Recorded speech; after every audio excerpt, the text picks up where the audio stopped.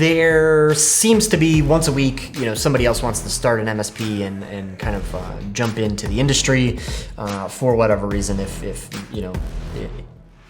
our MSP is being talked about as a highly profitable, easy to spin up business, I don't know, but it definitely seems like a lot of people are trying to jump in.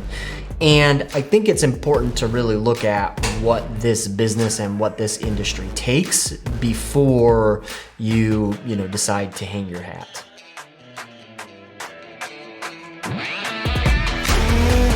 The vast majority of MSPs in the industry are, sub $1 million, maybe 10 employees, and they've been doing it for quite some time, right?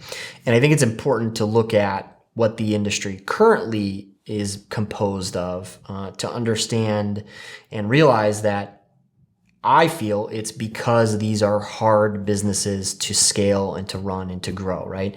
And, the proof is in the pudding in the sense that the most common question we see for the new startup guys or the guys, hey, I just started an MSP is, how do I grow? How do I sell?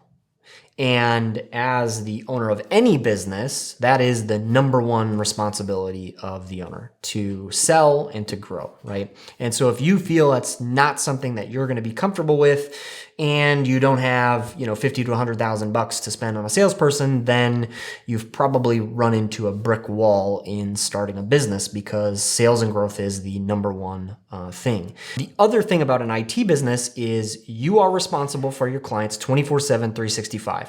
I don't think a lot of people realize that when you take on a customer, they are now your responsibility to make sure that they're up and running 24/7, 365, right? And again, if you're not able to build out a big team and delegate some of those roles and responsibilities or have it shared across the team, right? Then it's going to be your cell phone ringing in the middle of the night to make sure that customer is taken care of.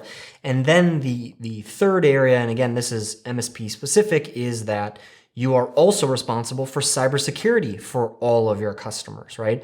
And I think, again, it's very difficult if you don't have the tools, the team, and the resources to be able to put in the proper protections and be proactive to the level that, again, this cybersecurity wave needs. One of the other very critical things, and this is of any business, that an owner or entrepreneur, you are 100% responsible for the mouths that you feed with your team, right? And I don't think a lot of people realize the gravity and the stress and the anxiety that comes with that, and the responsibility, frankly, right?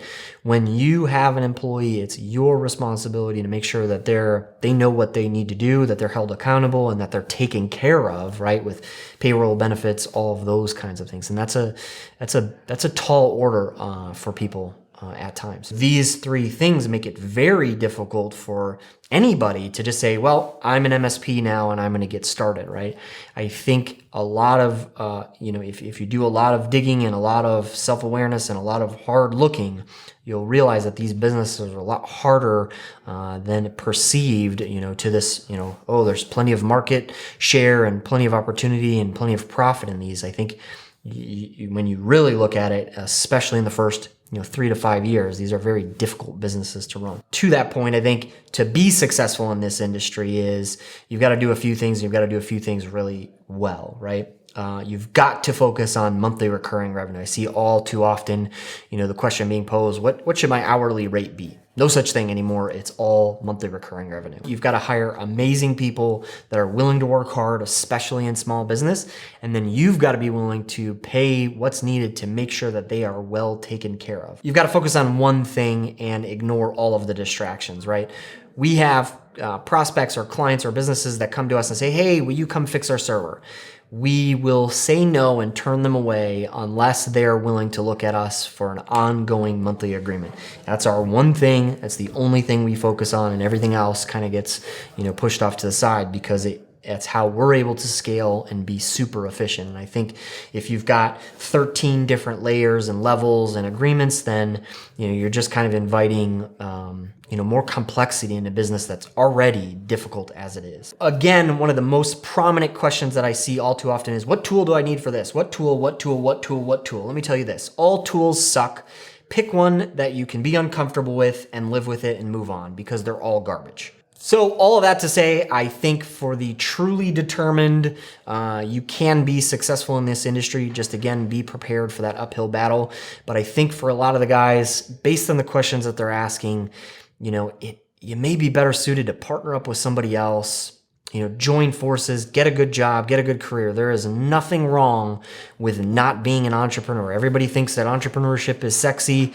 I'm here to tell you it's challenging and difficult, and there is nothing wrong with getting a good job with a good company that takes good care of you as well as their clients.